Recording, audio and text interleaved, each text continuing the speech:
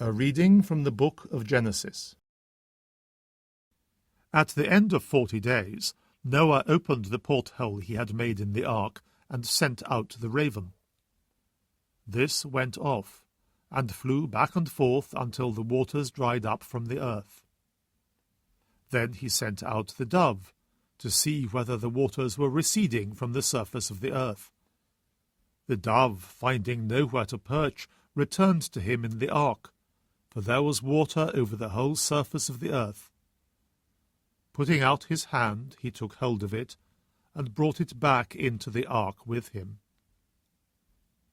After waiting 7 more days, again he sent out the dove from the ark. In the evening the dove came back to him, and there it was, with a new olive branch in its beak. So Noah realized that the waters were receding from the earth. After waiting 7 more days, he sent out the dove, and now it returned to him no more. It was in the 601st year of Noah's life, in the 1st month and on the 1st of the month, that the water dried up from the earth. Noah lifted back the hatch of the ark and looked out. The surface of the ground was dry. Noah built an altar for the Lord, and choosing from all the clean animals and all the clean birds, he offered burnt offerings on the altar. The Lord smelt the appeasing fragrance and said to himself, "Never again will I curse the earth because of man, because his heart contrives evil from his infancy. Never again will I strike down every living thing as I have done.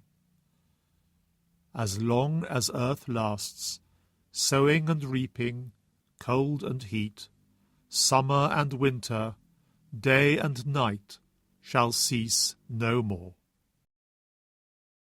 The Word of the Lord. A reading from the Holy Gospel according to Mark. Jesus and his disciples came to Bethsaida, and some people brought to him a blind man whom they begged him to touch. He took the blind man by the hand and led him outside the village. Then, putting spittle on his eyes and laying his hands on him, he asked, "Can you see anything?" The man, who was beginning to see, replied, "I can see people. They look like trees to me, but they are walking about."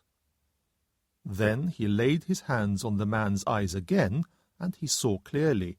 He was cured, and he could see everything plainly and distinctly. And Jesus sent him home, saying, "Do not even go into the village." The Gospel of the Lord.